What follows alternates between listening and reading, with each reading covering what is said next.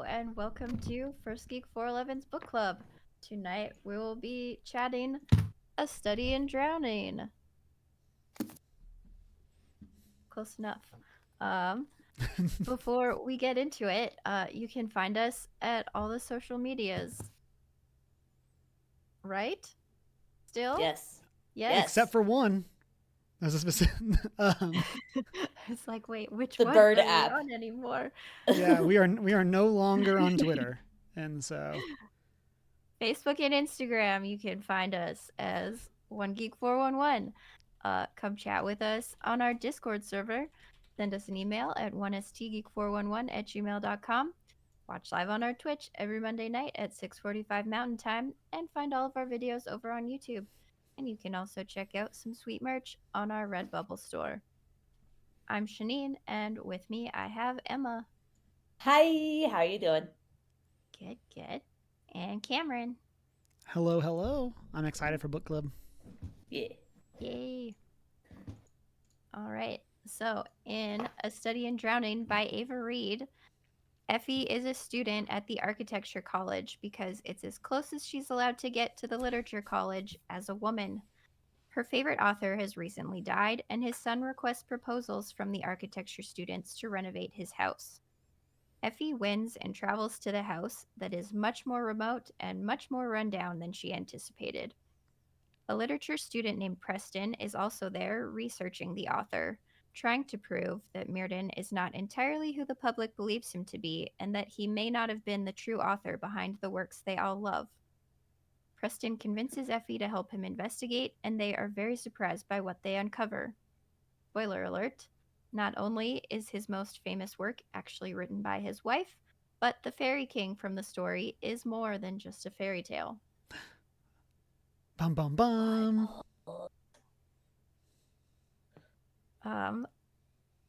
Give me a 3-word review. Fun love story. Very real fiction.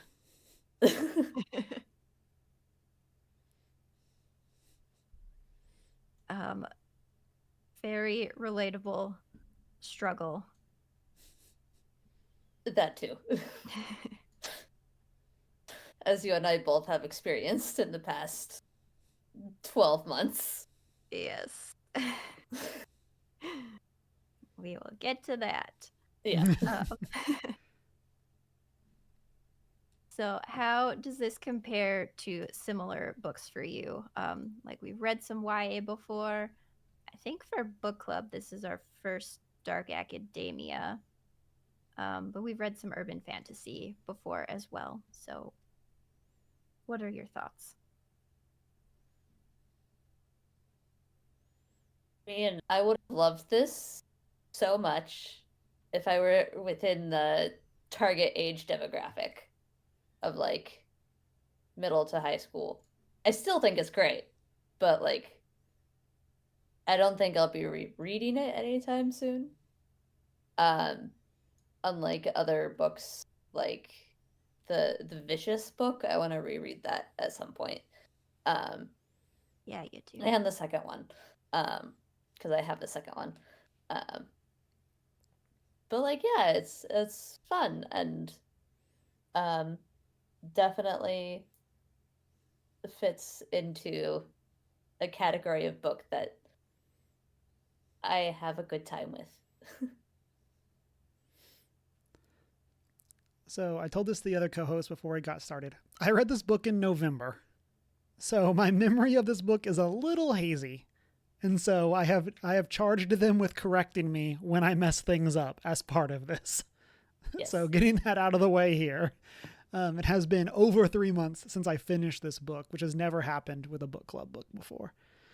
Usually it's maybe a couple weeks if tops. And so I am really confused that this is like a YA book, just from a genre standpoint. Because like I definitely would have put this like not like adult in the sense of like Game of Thrones adult, but like I definitely would have put this more on like the adult end of the spectrum than YA, just based on some of the themes that it deals with, and like definitely a like, and again genres are all made up, but like it's like I would say this is like a late high school, like college age story. Not that I feel like it's complicated or hard to read content wise, but just based on the themes that are in the book. It's not something like when I think of YA, I think more of like Hunger Games type stuff. And I think those are a little bit different for that target audience. Going into this, I was like, I don't know if I've ever read Dark Academia before. Like, I'm sure I have. And then last week I finished Ninth House, which is like the adult version of this book in a lot of ways. Like to kind of go on that of like, it has a lot of similar themes, and like, I really like urban fantasy. Like that's definitely one of my like growing favorite subgenres. I really like that theme of like modern, and maybe that's another way of even saying besides urban, but like modern fantasy. Like while Barry or My Blood Your Bones is not like urban in the sense of like it doesn't take place in cities. Like it has that modern take on like fantasy that I really like. Yeah. And so this is kind of hits some of those similar ideas, similar vibes, in a way of like magic definitely exists in this world, but is not a prevalent part of this story, except for one specific piece. But like no one is out here in this book like casting spells in the same way as like a lot of other fantasy. It's not Harry Potter, which is modern fantasy, arguably. But yeah. Or like I just finished When Among Crows, which is like a Polish like fantasy book that takes place in like modern, like it's about the Polish mythological creatures living in modern worlds and stuff in modern times. With cute little tumtas? Nope, not that kind. No! But yeah, it's super cool. And I love that. I love the idea of like, what are the parts of our culture that we don't understand, or like, are the things that are like beyond like, if you don't look at them, you won't notice that they're there, which like I think this book kind of has some of those same vibes.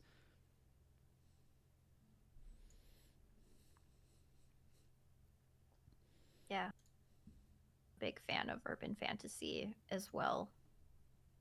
Just the always subtle like maybe magic is real.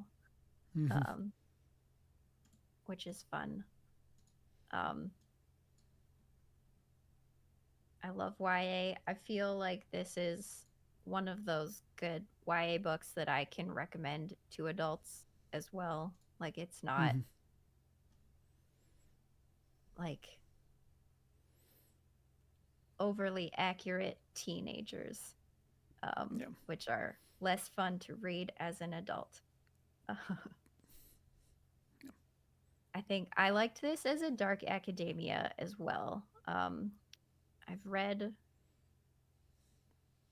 I don't know if I've read a ton of dark academia, but I did read The Secret History fairly recently, and feel like that's kind of one of the like OG, like classic dark academia novels, and it's like, I really enjoyed it, but it is so pretentious, and all of the characters are just wildly pretentious the whole time. And this was much more of a relatable dark academia where it's like, we're in college and dark things are happening, but not like, we're in college, so we're better than you are. Mm-hmm. I feel like part of that too is that we spend very little time at the college in this book. Like I'm not sure what like the actual breakdown is, but like obviously like the academia is like a core to why the narrative is happening, but I feel like it's a cool take on the genre in that sense as well, because it's not just here I am at a school all the time. And so it's kind of fun to see them basically on a field trip, like, or on like a research trip. Like, yeah.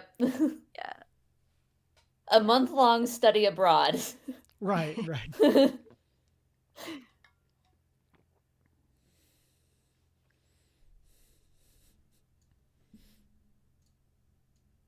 right, and I guess on that note, what are your thoughts on the world building?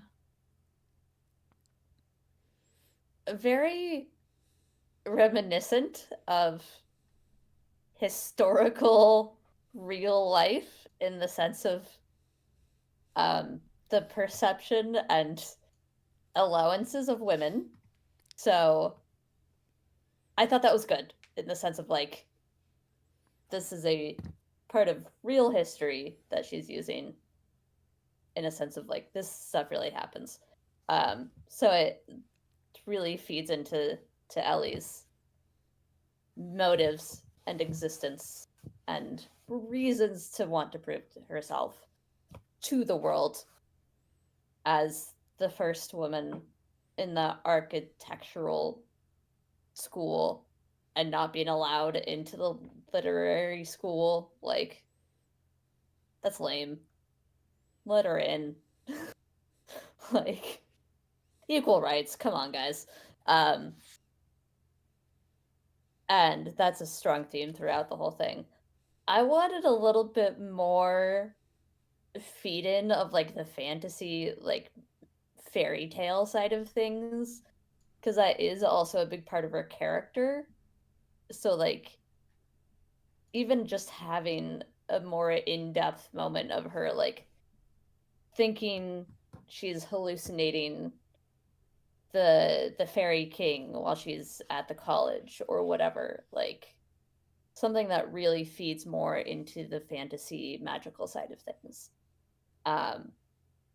to really help build with that world, that side of the world that exists, because by the end we do have this state of like, well, yes, this famous author did fake his thing, which is Preston's truth, but magic is still real, which was part of Ellie's truth. So I wanted a little bit more of that magic side fed into things, because we have her throughout the book like taking medication to help deal with her hallucinations, so to say, or whatever. So like, I would have loved to see a bit more of that on the world building side of things to really feed into that, like maybe she really is seeing things, but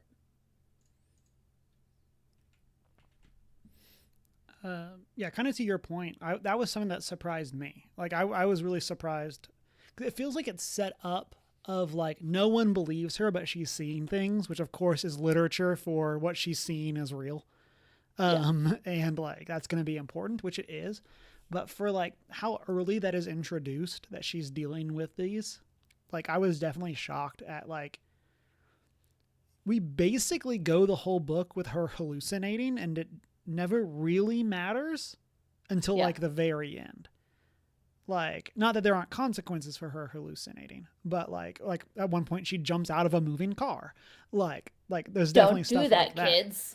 Yeah, but like, that just in should be terms said. of Don't do that. yeah, there's just not a ton of other magic or mysticism in the world besides that one thing, or the Fairy King stuff. Now, there is a sequel coming out.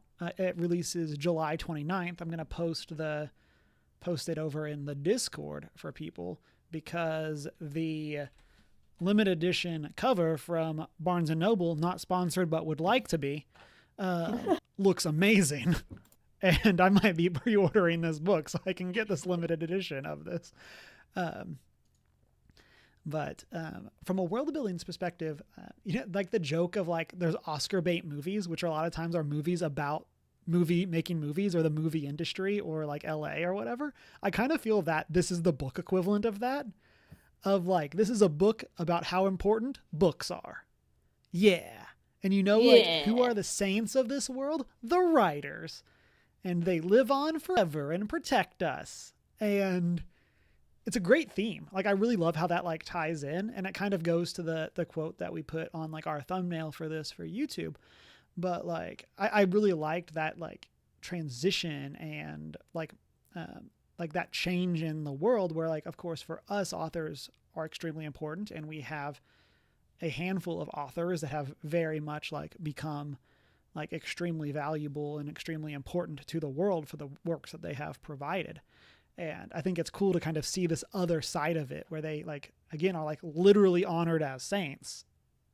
Like and it's a very cool bit of world building that I liked to see, and I liked it as the kind of the dark side of that as well, going with our dark academia of like, yeah, but are they really what they seem?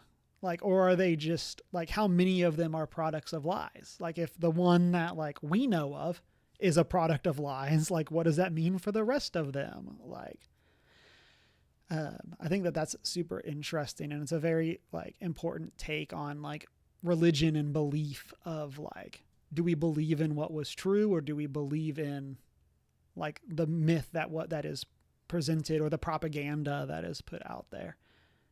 Also, of course, you know, tying into politics, which we're not going to go, we don't need to go into more than that, but like, yeah, I feel like that was a very interesting piece of world building and going to like my like very real fantasy.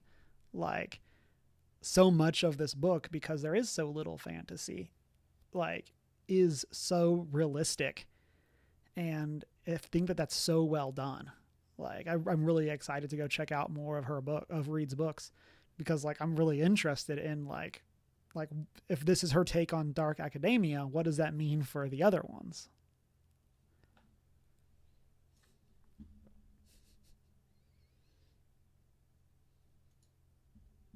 I enjoyed the world building in this one. I feel like, I don't know, it was a bit more subtle, maybe. It wasn't like obviously an epic fantasy where it's like totally unfamiliar and figuring out the basis of a whole new world. There was a lot of like familiar parts to the world she was building, but a lot of like interesting differences to, yeah, I don't know, be interesting. Um, yeah, Yep. it was It also enjoyable. helps that the setting is basically fantasy England. Like, yeah, and like, I was watching something they were calling out like it's basically like England, France, and Wales. Of like these Yeah. are the major things in conflict here, and like that's what's happening. And it's like, oh yeah, I mean that makes a lot. That's it helps from like a world building perspective that like it's mostly this, and then we're gonna tease a whole bunch of other concepts that like we're gonna not explain, but they are important, or we're gonna tell you that they're important, and you need to just trust us that they're important. yeah. The specifics don't matter right now. Good, great, that's fine.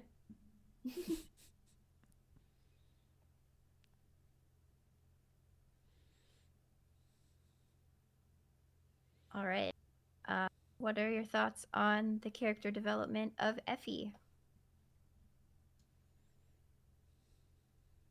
I thought, I mean, her. I kind of touched on this a little bit already, but like the development of her essentially going from full belief that Myrddin is, you know, this great person, grand person up on a pedestal to ending with he's not as great as people think he is. But also Effie wasn't entirely wrong about the existence of magic. Like it gives it gave her some validation in herself, which gave her some great like gave her courage in herself to like stand up to the university and go, no, you're going to admit me to the literary college or else I'll go elsewhere with my business. My business being this thing you really want. Um just like basically ending there from starting as like someone who could not stand up for herself. Great. Love that. You go, girlfriend. I was cheering so much at the end when she was standing up for herself. Um, I love it. Um,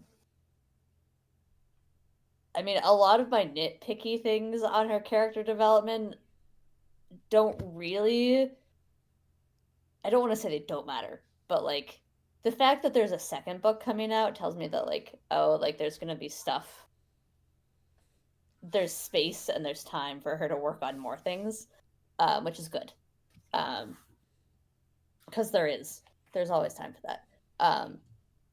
But really, the big thing she needed to accomplish, she did, which was learning how to stand up for her own rights and thoughts and opinions, and that's great.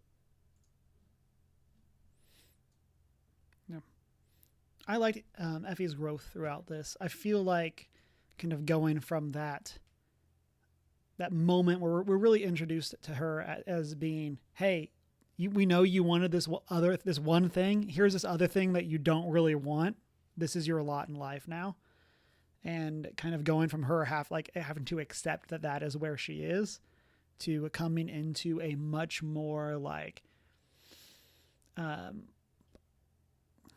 aggressive is the wrong word, but like a much more like active role in her life versus kind of being stuck in the patriarchal society that she was raised in and that exists in this, I think is a very cool transition.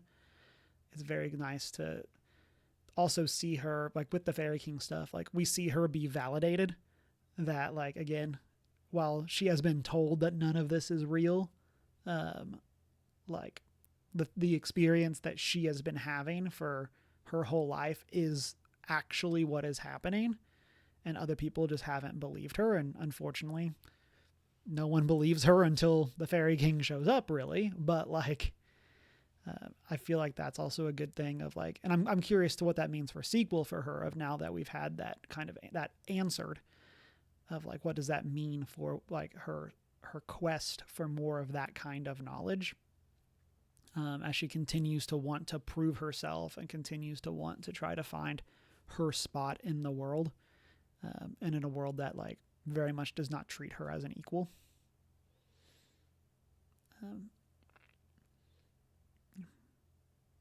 Anything else? Architecture, not as cool as literature.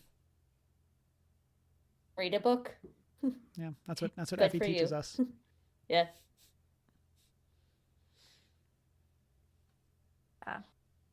I really loved Effie. I found her super relatable. Just every single struggle she has in this book. I was like, been there. Is a very timely read to be reading while in post-secondary. Like, yep, the struggles of all the school things, and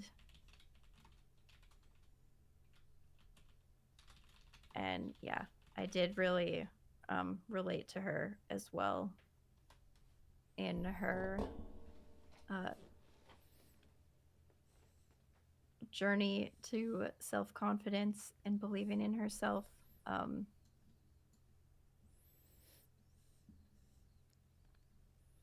And yeah, just questioning who she is and where she is, and learning to be able to stand in that and own it for herself. Yeah, basically everything you guys were saying. And I am also excited to see where it all goes with the sequel as well.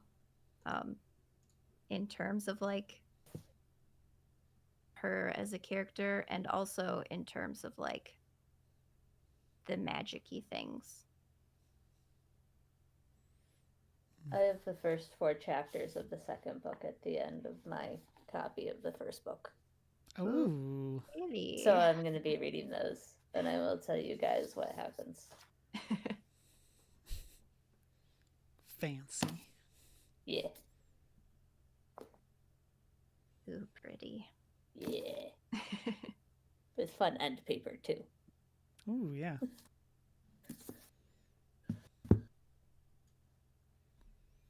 All right. And what are our thoughts on Preston? Well, well, well. If it isn't an enemies to lovers trope, that was obvious from the first time they were on the page together.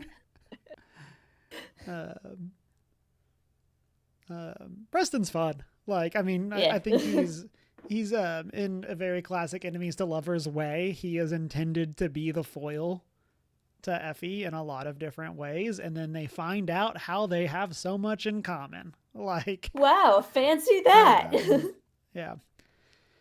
And then, yeah, I really liked what he adds to the journey, especially with the idea of other people are going to research this topic. I might as well also come in and try to be the first one to figure out and like come up with these ideas and like kind of be on the forefront of the academic pursuit. I think is a very interesting like place to put your dark academia of like, I think that that's a fun like motivation for him. And then I really like the idea of him just like bumming around this house for a really long time and being like, "Hey, so did you think your dad's a liar?" Like, as he's just like, "Hey, so what if?" Yeah, like call me I'm crazy. gonna pitch something wild to you here.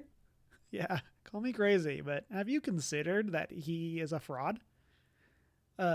He's just like there for like months doing this, like, but yeah. I don't have a ton else to add about him, but I do think he's fun and it's cool having him around, and Yeah, I like his I growth love as it. well. Yeah, I love a good enemies to lovers, as most people do, or a lot of people. Um, it's a good time. Um, I wanted it to be slightly more enemies at the start. I mean, we did start pretty enemy-y between the two of them, like with him checking out all the books, and she's just mad that she couldn't get any of the books from the library because he checked them all out. How dare he? Um, Relatable. Yeah. Like, honestly, I understand that frustration. The audacity you have to check out all of my books. That makes me think it's really more of like slightly inconvenienced to lovers. Like, Yeah. or like we annoyed each other to lovers, whatever the. Yeah. Yeah. Like I've definitely read books that were more enemies to lovers than this, but it's still a good enemies to lovers scenario. Which is fun. Like for this not quite young adult book, it works. And has a good time. I also just really like a stubborn individual in a book. So like I wanted to see him be slightly more stubborn and persistent in all of his nonsense of insisting that Myrddin is just a terrible human being and that Effie's wrong. But Effie has to deal with enough nonsense as it is, just in general. So I love him.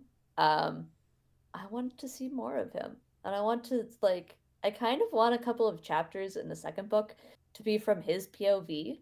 I think that would be fun.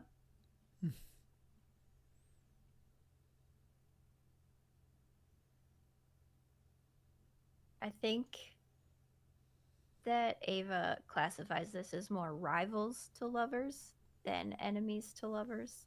Yeah. So they do have some good sass going on there.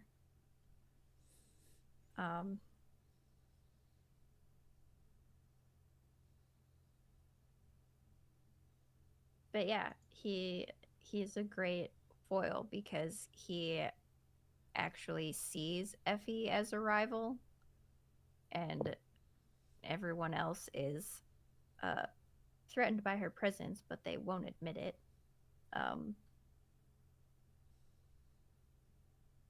But he does think that she's super smart, and his solution to that rivalry is to get her on his side. So Mhm. I mean, it worked. it worked. You can't beat him, join him. Yeah.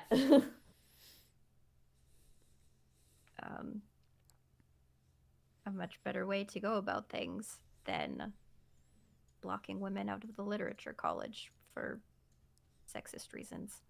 Don't do that. Equal opportunity education for everyone.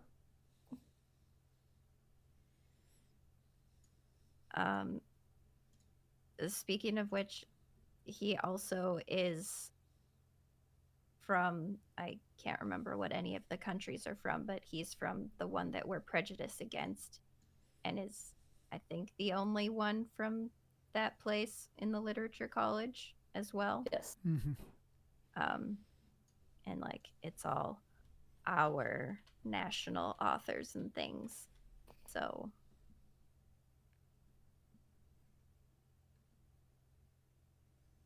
something interesting as well on the outside, like Effy, in a different way. And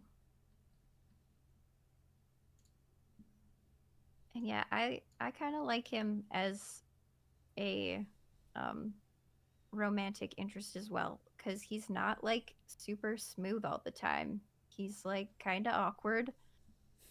It says some wrong things. He's just trying his best.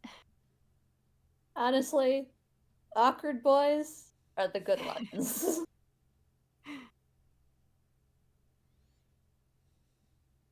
They're the keepers.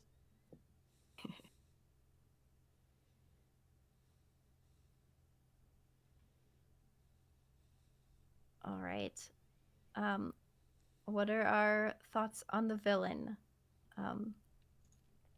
Both the ultimate villain of the Fairy King and Ianto being possessed by the Fairy King that we are not technically aware of for most of the novel. Until like the very end. Yeah. I did not anticipate the possession thing. Like that was definitely something that caught me off guard. I'm sure like if you know about that, there's a lot of like obvious indicators of like I think there's the one where they're like in the car together and she sees him as the Fairy King and that's when she jumps out, but like the way that things had been presented, I just assumed that was another vision. So like while I definitely anticipated the Fairy King being the chief antagonist, I did not anticipate it to have been the Fairy King all along. In that same way, and so I liked that. And twist not Agatha. Yes, yeah. The Fairy King all along, and yeah, so I thought that was really interesting.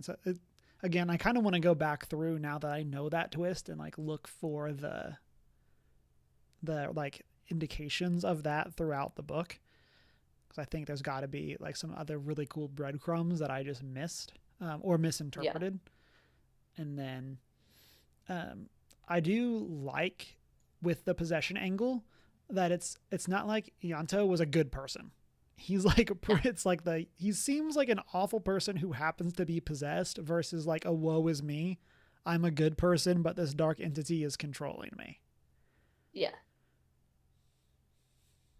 Absolutely. Fully with you there. I do kind of wish that Ianto as both Ianto and the Fairy King was a bit more of a pressing and looming threat to the two of them actually like accomplishing this task, because we see a lot of them like sort of stealthing around behind his back, which is like how you're gonna get anything done. But we only really get one encounter with him and the two of them together before the end of the book, where he waves a shotgun in their face and is like, I don't want you two hanging out together. And I kind of wanted like at least one more of those where it's like it felt like she was like serious about that. Like we get several interactions with him and Effy alone together, which are definitely like sketchy and not good interactions. There's the one in the bar, and then they're driving back and she jumps out of the car and everything. But like, it would have been nice to have one more where like he catches her coming out of the study to go back to the guest house and like questions her about it or whatever, to like really, you know, nail in the or hammer in the nail of like, this guy really doesn't want her spending time with Preston, um for whatever reason, which is kind of sketchy, like. Mhm. But other than that, I thought it was fun to have this fairy king, you know, sort of vision, not quite hallucination, that has been looming over her head her entire life, be around and like suddenly there, um at the house and possessing the author's son. So yeah. Yeah, I see where you're coming from with wanting him to be like more of an antagonist to their relationship and things. I kind of like how he was portrayed because it feels very isolating for Effie. Because most of her encounters are just her and Ianto. And I think it's playing into that theme a little bit as well of people are not going to believe me when I tell them what he's doing to me. I don't know if I believe it or if I'm just overreacting. Um,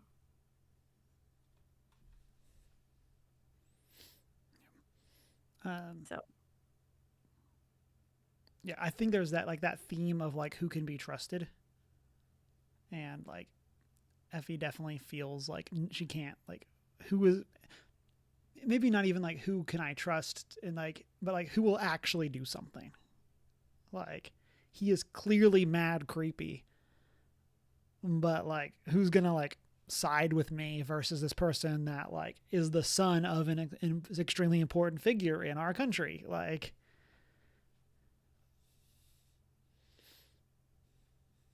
He's the and sketchy person. also in that kind of a society where there's clearly a bit of a gender hierarchy, Mm-hmm. um, a lot of that male behavior is normalized. And is he actually that creepy, or is it just me? Um, so yeah, I think that makes him a very real villain. Mm-hmm. Um,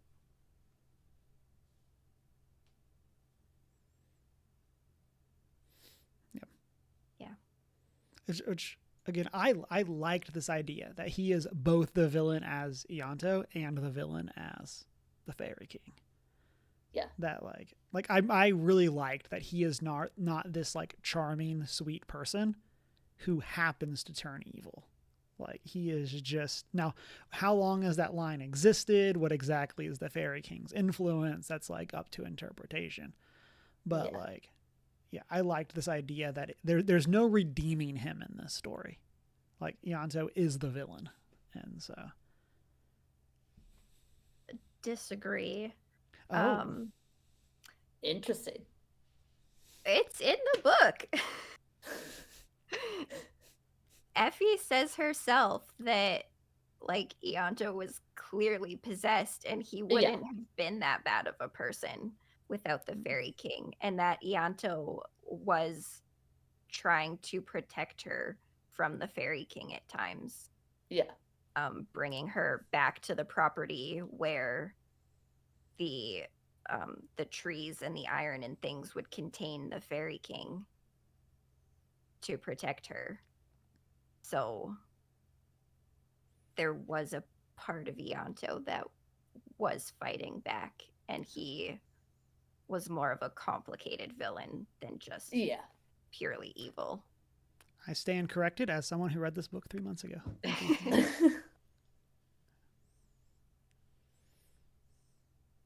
Because he was I had very 100% forgotten that. So yeah.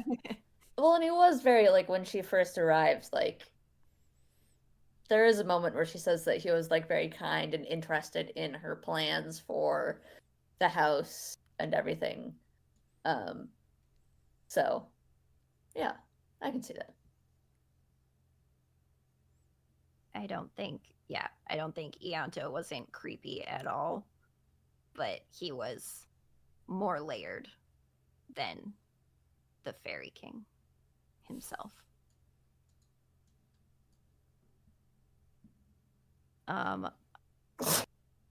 We're gonna jump down to question 9 and then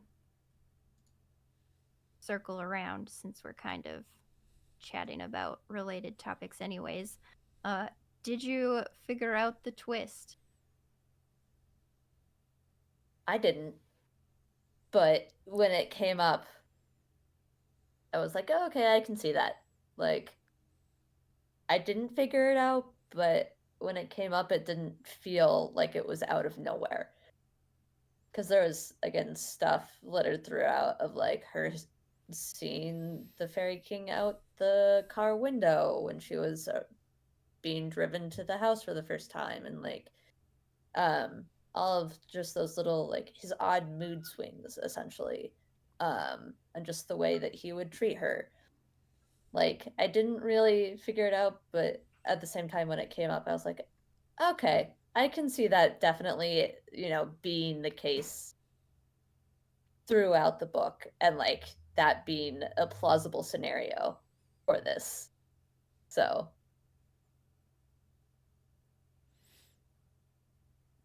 as I said earlier, I did not see this coming. This was like so much on the like I didn't even know I was supposed to be looking out for a twist. Like, and I feel like part of that is that there's so little fantasy in this book in terms of like what is actually real, like what is actually myth versus like superstition and stuff like that. That the idea of the Fairy King possessing people was not even like on my mind the whole time I was reading this book. And kind of to Emma's point, I was like, oh yeah, that makes sense. Like there's definitely some signs that I picked up on that like tie in with that. I want to, like I said earlier, I want to go back and kind of look for more, because I definitely feel like I had to have missed a large number of them just because I wasn't even thinking that was a possibility. But yeah, did not see it coming. Okay, I'm gonna brag a little bit. I saw all of the twists coming and I was so proud of myself. Yay. I don't remember exactly when I knew it was the Fairy King, but it was at least when Effy is trying to leave like the first time and runs into the sheep farmer who gives her a bunch of the hagstones, and I'm just sitting there like, look at Ianto. Yeah. And then she wouldn't, and I was like, come on. And like, just do it. Obviously she's taking the pills to suppress the real magic in the world, and I'm like, stop taking the pills, they don't matter. Just go cold turkey. And I also figured out that it was Myrddin's wife who was the author. When Preston said that she was the one who invited him there to investigate that, when we suspiciously had not seen her at all. And it was like, oh, but who could the real author be? It's like, it's gotta be her. Gotta be the wife. Yeah. I will say I did get that one. I did get that twist. Yeah. I feel like that one was also like a process of elimination twist of like, if you're presenting this as this person lied, who could it have been? The one character that we haven't interacted with this whole story who has been teased. Like, I feel like that was one of like, if it wouldn't have been the wife, I would have been really disappointed of like what we were doing here. Like, why was she teased in this way where we were never allowed to see her? She never like comes on screen until the end. And yeah, I was like, that was one that I did process my elimination my way into that one. Yeah. Like, I mean, there's also like a very small circle of people who Right. could have been the real author. Like, Yeah. like there's like 3 people it could have been. It wasn't the guy who says it was him. Probably wasn't the guy who bought it off him. Let's see, there's one more person. The wife. Yeah. And we know that this is a pretty sexist society, so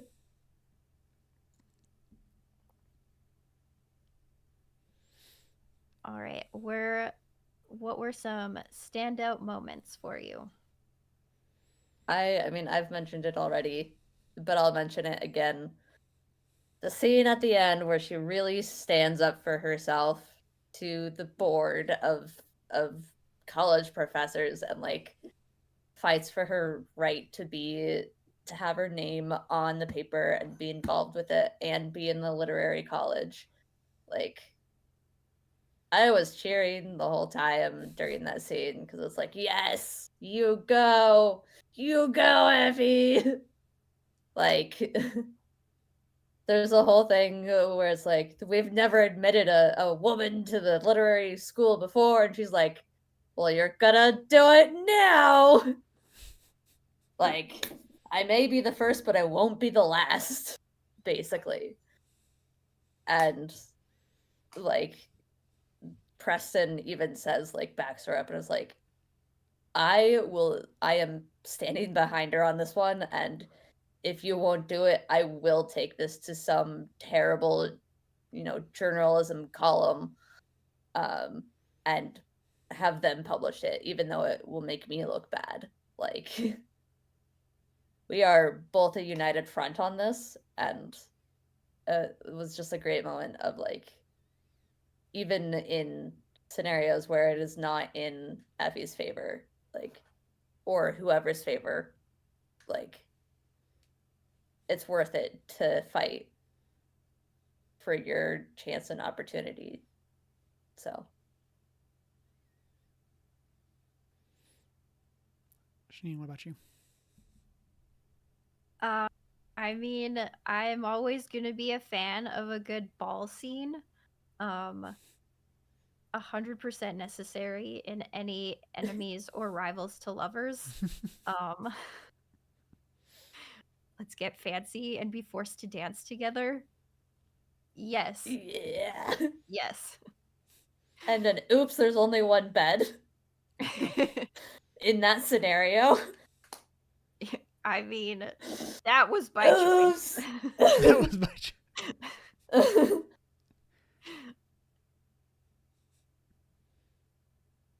There was 2 beds. There was a, oops, I didn't bring my sleeping pills, and now I'm scared.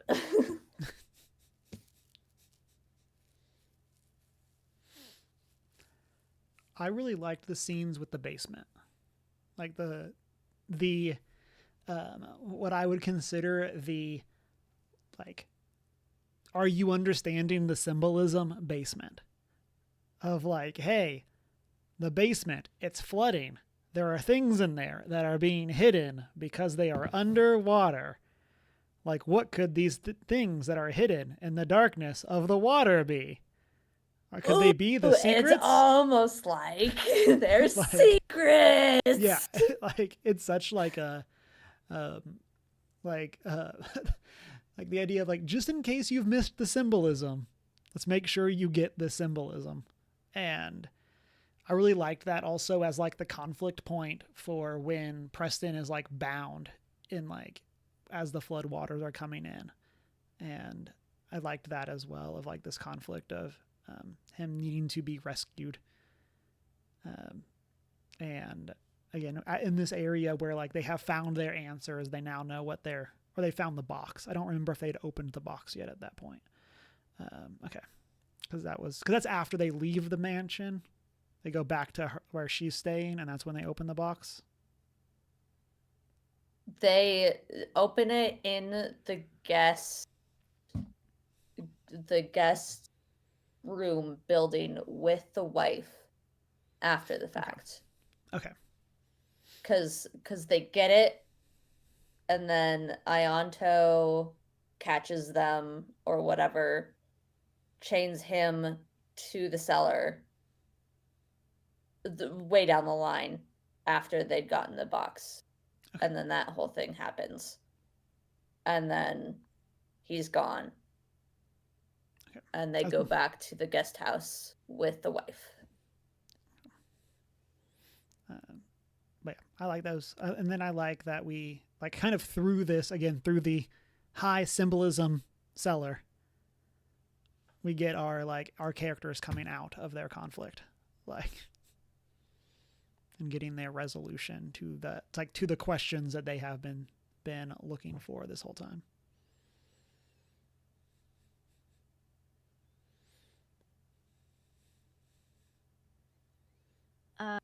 Did you have any dislikes? I mean, really just wanting a little bit more conflict, or sense of conflict, would have been nice. But I think that's my biggest complaint, really. It's a little more sense of conflict / a little more sense of tension, for the conflict of like trying to hide or sneak around Ionto / Fairy King's back to get this information. But that's like, it's a very nitpicky thing. Like, I liked it overall, so. Yeah.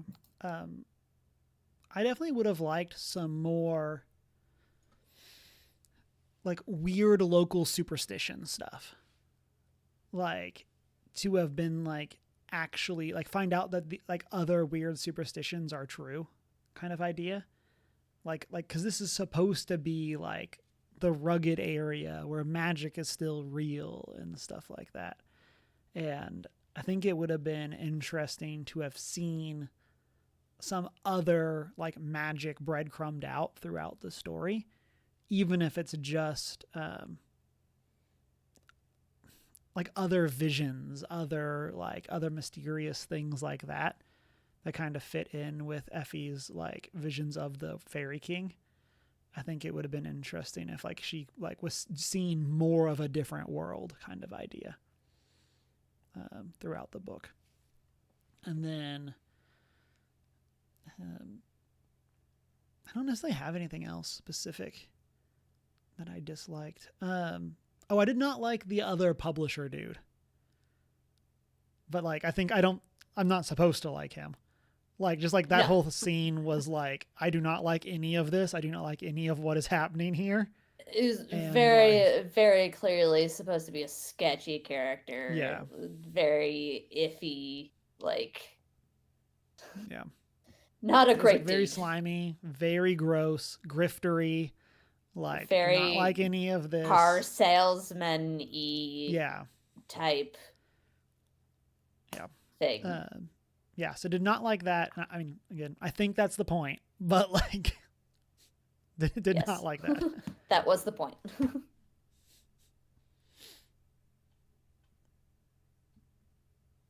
Not too much for me. If I'm getting like super duper nitpicky, there was like a couple moments of Preston being like way overprotective of Effie that I was like, dude, you've known each other for like 2 weeks. Back off. Yeah. But that's just getting like really nitpicky. Sneaky in chat asked, what is one thing that would increase your rating of the book if it had been included? And for me, my rating was 5 stars. So nothing. Cannot increase. I mean, I've talked about it a little bit, really, just a more sense of tension in some moments, just scattered throughout. But I liked it for the most part. Like I would say 4.5 stars. Like that 1.5 star missing is just like I just wanted a little more like sitting on the edge of my seat in some moments. So Here's Sam Reich being like, "Can you give me a little more?" A little more. just a little bit more. Um, I think we get a little bit of this at the very beginning of the book. I would be interested in like what are some other experiences like of women at the school. Like how does Effie's interactions with them like what does that kind of show us about the bigger world building where they're dealing with this very like sexist like academia. I like that's something that I think I would like to have had like a little bit earlier on of like are there other parts of the school that are men only? Like is this something that exists in all of these other fields as well? Is this something where like that kind of like world building I think would have been very interesting for us to get. Don't necessarily think we needed that. I think that's more of just like flushing out the world kind of questions. And then kind of in that same vein, there are a few things like world building wise that I'm hoping we get answers to in the second book. But there's definitely some stuff in there that like this felt like it was supposed to be important, but like it never really comes back up or never like gets expanded on. So the idea of author guy becomes like this saintly figure in death, and the whole idea is that these figures are protecting this country somehow. Like it's never really like addressed, and like in a world where like seemingly most people don't believe that like magic still exists, at least that's how like the academia side of this felt, of like, oh, that's like the hick area, they believe in magic but we don't. But so like what are these saint like that was something that just like felt kind of dissonant to me. And I would be interested in seeing more flushed out of like what does that actually like look like for the world. And so yeah, so I guess to Sneaky's question, a little bit more world building. I feel like that is something that we could see more of in the sequel, especially with Myrddin. Like, is he not one of the sleepers anymore? Like, I feel like we'll be dealing with that more in the sequel. I could see. That is a good point, though. I had not thought of that. And I was like, oh, yeah, we didn't talk about that at all, did we? Yep. They're just it like, and it's not like, I mean, let's go pick on our favorite book to pick on, Ready Player 2. It's not like egregious. Like it doesn't feel like this is something that Ava just forgot about. In the same way, there are things in Ready Player 2 that felt like clearly the scene should have been cut or should have been elaborated on later on. So like it's not nearly as egregious as that. But it definitely felt like it is teasing things, and then there's no resolution to what it teases when it comes to that side of things.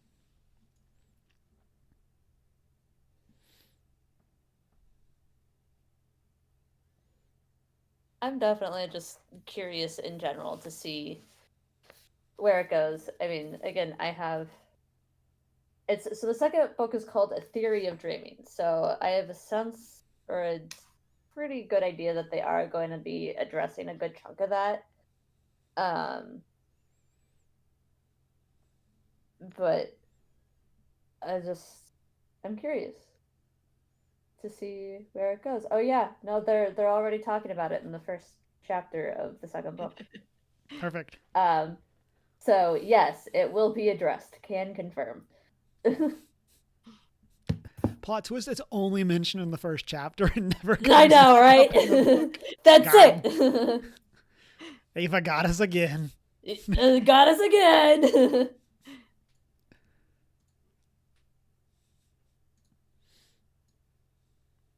All right. We have touched on this briefly. What are your thoughts in the novel on women in academia and literature? Yeah, we need more women. That's my stance. Equality for all. That's my stance. It's I don't need to expand on that. Period.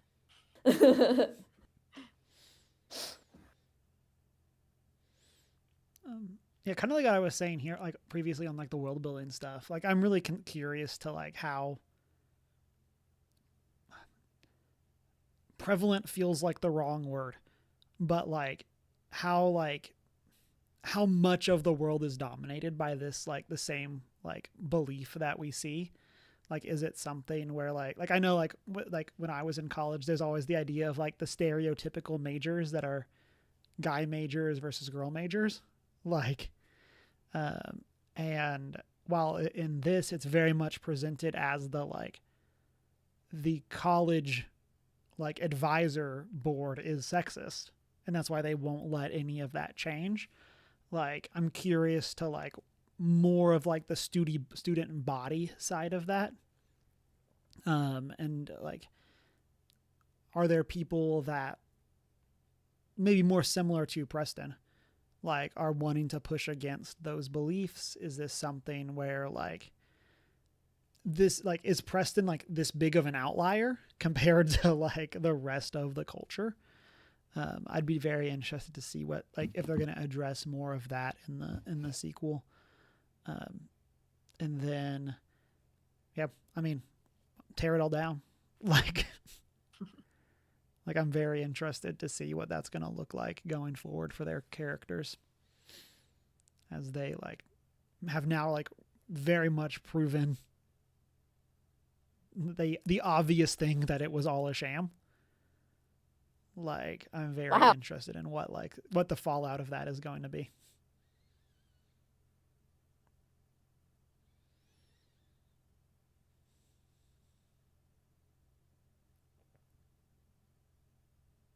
I found it interesting that like literature was the school that women were not allowed into. Yeah. Because yeah, like you said, in like academia nowadays, there's like not necessarily on purpose or because women aren't allowed or whatever. It's just like certain genders tend to lean towards certain professions, generally speaking. Um, and I don't know, I feel like literature is like a weird one because obviously that space is dominated by a lot of white men um, writing and things. But I feel like the study of literature is like not necessarily as like masculine. Like that would be something that like, oh yeah, like let the women go read some novels and things. Especially compared to say like architecture that Effie was allowed to get into. Um, so I think, yeah, that was just a bit of an interesting take in this novel, um, but still very reflective of our culture um, in some different ways. Um,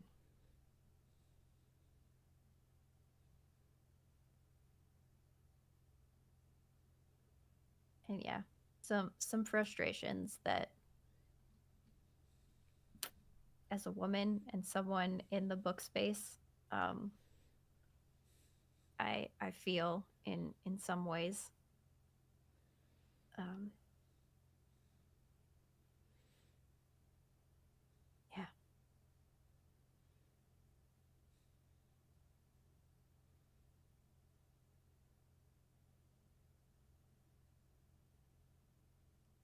Yeah.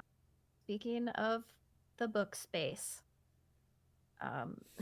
something that I was considering very much throughout the reading of this novel, as Emma and I have been considering in our own lives.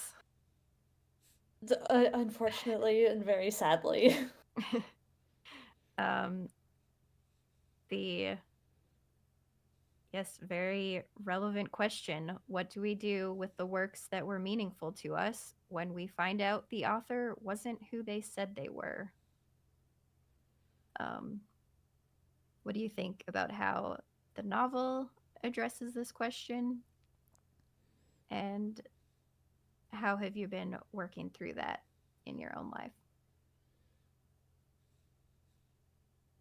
I think, as someone who's very much in the arts space, you could never fully separate the art from the artist, because like that art came from their mind, like they created it. So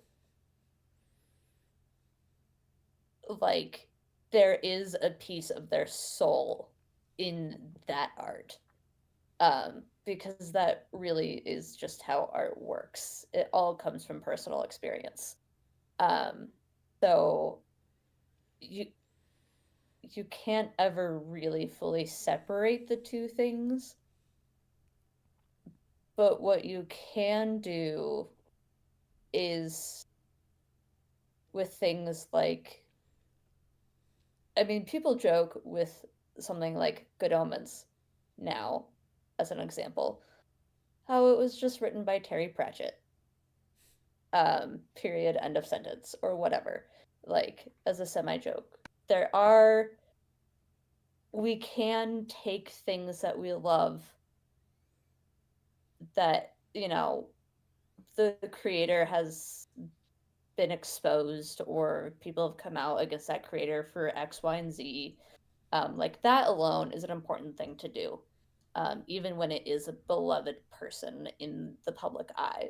Like if they've done something illegal or horrible, it is important to tell the world, I think, that this person shouldn't be up on a pedestal or in a position that, we're all putting them in because of X, Y, Z, whatever. And all of that. We do see then in a lot of cases audiences who have, loved that piece of work or pieces of work for years and years take that material and turn it into their own thing and be like, okay, so, the Harry Potter books or whatever else, we're going to take this and like create our own things from it, and we're going to make ourselves the artists with this material. There are ways to do that then, like help sort of push back against the bad things, but it does also in some ways continue to then feed into whoever that author is by using their things. So really the thing to do is just keep making your own art, because every piece of art is inspired by other pieces of art, which is inspired by other pieces of art, and this huge chain reaction backwards. That's why so many books and stories and movies these days, you can like put the framework of the Odyssey over it and have it match, or the framework of the Iliad, or whatever, the framework of whatever else, and have it be like, yeah, this is basically a modern day rendition of Twelfth Night. for example. Like, lots of things are, inspired by other things. So I think that's really like the big thing, is to take the things that are meaningful to us and allow them to inspire us to make our own art.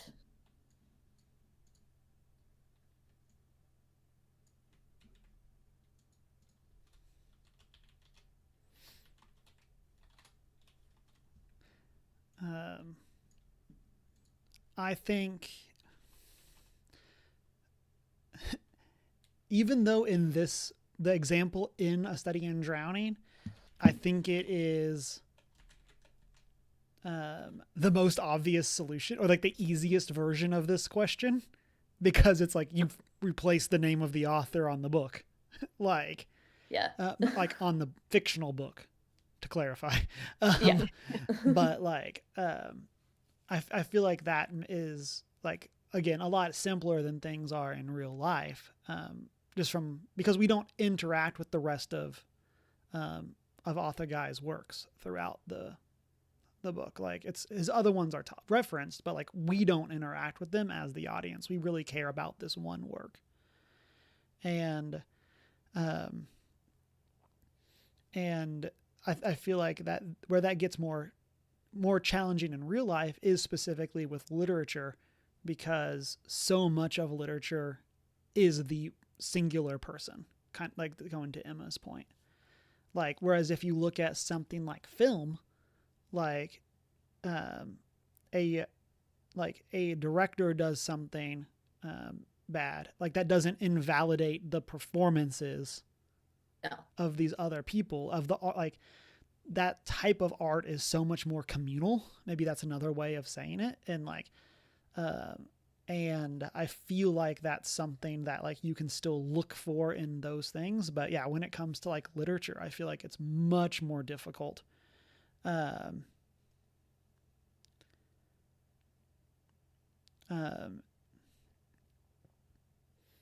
Deanna says in chat, to play devil's advocate, people can do and believe bad things, but still have good parts of them, where art could come from. Can't separate them from the art, but consume with caution. Humans and art are complex and have gray areas. And yeah, and I feel like that's part of the struggle there, because the idea of like, what does that line look like for everyone, right? Of like, I'm definitely not nearly as big of a Neil Gaiman fan as y'all, but like Harry Potter, like for many people in like our age bracket, it was like a big part of my time growing up. And like, even though I was not like reading all of those books as they were coming out, I read the first 3 as they were coming out, then I read the other ones later. Like, those like stories and those characters and those films are like a big part of my like childhood. And so it's definitely a hard challenge to separate like, what is my love for this IP versus what is wanting to make sure that like I am not supporting like those behaviors either. Yeah. And I feel like that's a very blurred line for a lot of different people. And there is very rarely a singular right answer, as much as we would all like there to be, when it comes to that kind of stuff. And I feel like that, like, again, especially for those massive things, can make it very difficult to find that line.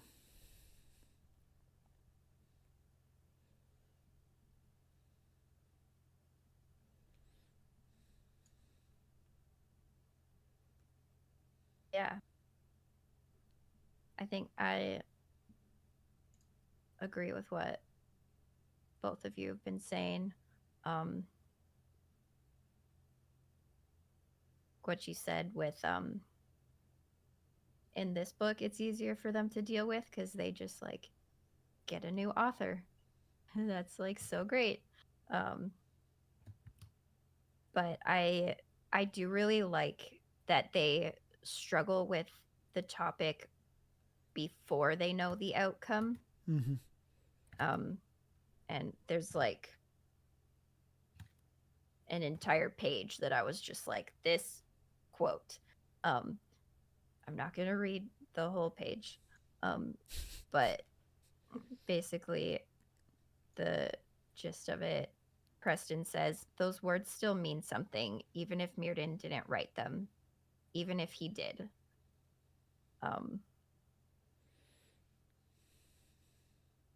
I think that's been something I've been thinking about a lot since reading this book is feel like a lot of artists kind of say like once they put a piece of art out into the world that it's not theirs anymore, it becomes the world's, the audience's, the readers, and I think that's kind of what I would like to hold on to a bit more, is that it used to be his, but now I have had an experience with these works, and that experience is mine. Mm-hmm. And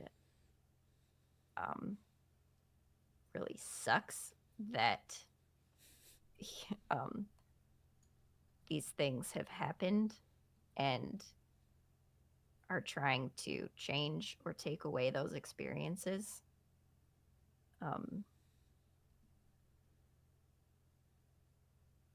But I think I would like it to not be able to do that. It will change how I interact with works moving forward. But those things that were already mine, I'd still like them to be mine.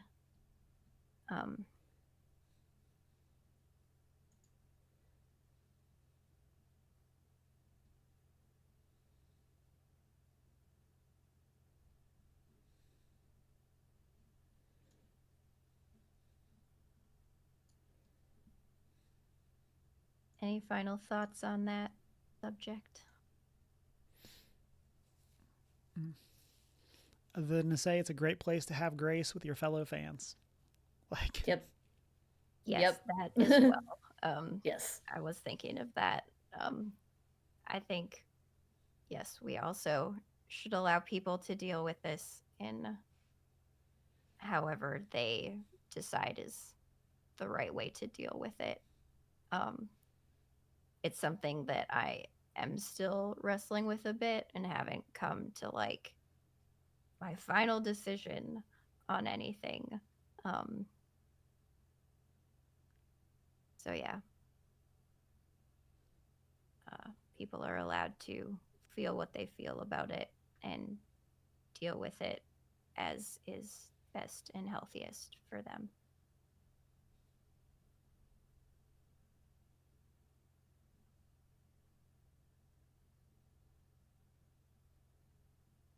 All right. Any other themes from the novel stand out to you?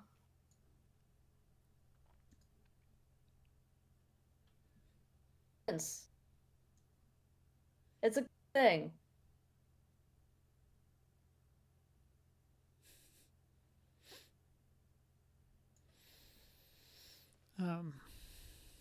maybe like less of a specific theme, but I really like the way that like mirrors show up throughout this, and like the idea of perspective and like what you see is such like a major theme, and obviously like mirrors tie into that. But I feel like there's a lot of really cool stuff of like, again, like the idea of like, is what Effy is seeing true? Like, what are all of these things that are going on? What's the proper way to look at the world? Like, not just from a like magic versus real world kind of question, but also in terms of like, how should Effy be looking at her role in this culture? Like, or looking at her culture as a whole? Like what is that theme? And I feel like that was like an interesting thing that we see throughout, and kind of like, I don't know, finding the good in the bad, to kind of go to our previous question, as well. But like, I think that was really interesting way of kind of like representing things.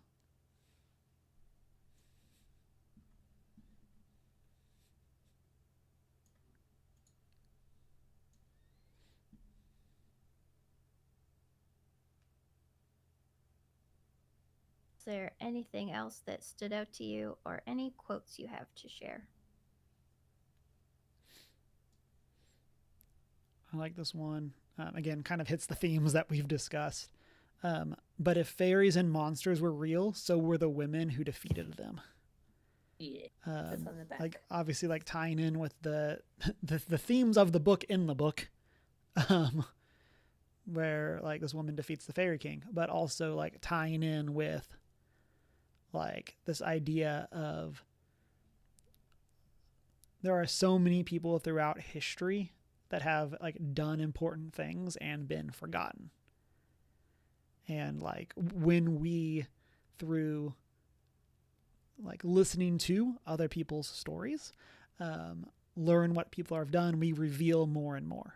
And like that applies to like our world just as much as it applies to theirs. Of like, while we're not literally dealing with fairies and monsters, like we are dealing with people that would rather us just not talk about certain parts of history. And so, but when we talk about them, we can find the people who defeated those bad things that have happened, have had happened.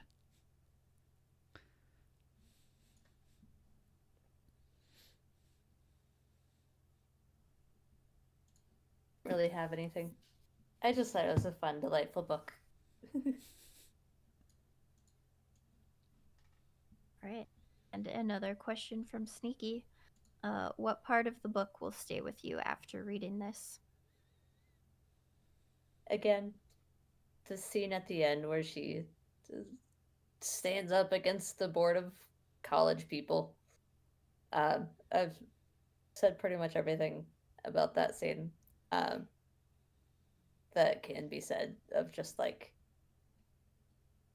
stand up for yourself and fight for what needs to happen, because that's the good stuff.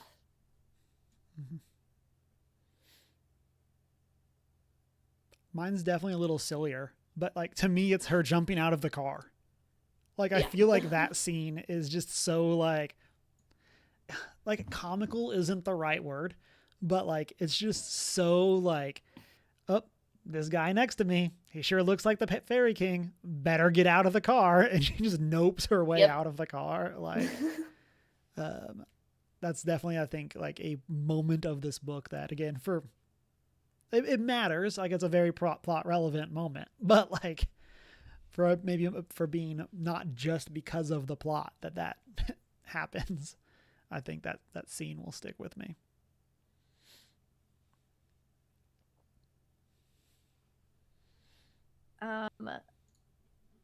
For me, I think it's the topic that we were just discussing largely. Just having read this book at such a time where that is so relevant to what is going on, that'll be what sticks out to me when I remember it.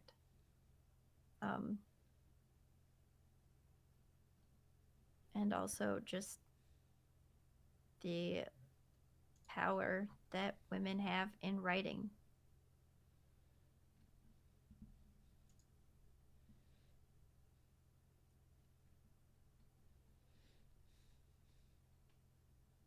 Any final thoughts on A Study in Drowning?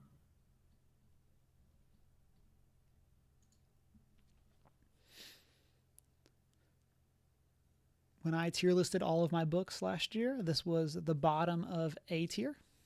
And so I definitely recommend this book. We've kind of briefly talked around some of the like other stuff, but I'll say, as I did when I did that tier list, please look at the content warnings for this book. Just kind of like nothing like major happens on screen, but like there's definitely things that are like talked about. And so, but yeah, definitely enjoyed this book. Definitely recommend. Yes, thank you for calling that out. But yes, I also super recommend it. It's really great for all of the things that we have discussed here.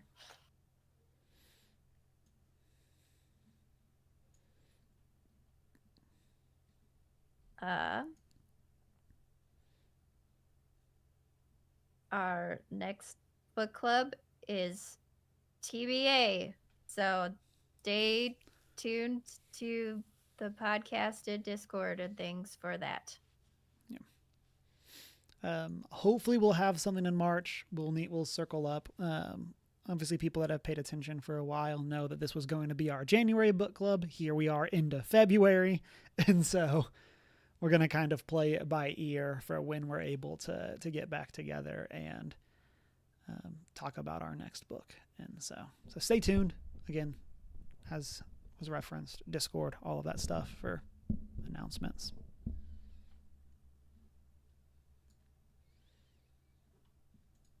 Thank you for joining us to discuss A Study in Drowning by Ava Reid. We are First Geek 411 on Facebook and Instagram. Come chat with us on our Discord server. Shoot us an email at 1stgeek411@gmail.com. Check out our Redbubble store and watch live on Twitch and find all our videos on YouTube. I am Hoot and Howl Tales, TALES on Instagram and Threads. And I am not prepared with an I in the prepared on pretty much all platforms. No one gets my Tumblr though, for reasons. And I'm Humar Whittle, around most social medias and relevant for this discussion on Tome for all of your book social media needs for like my 5 posts or whatever that I have on there. So, but it's been a great week. Go touch some grass. Read a book. Design the architecture for a crumbling building that's a symbolism for the patriarchy in your culture.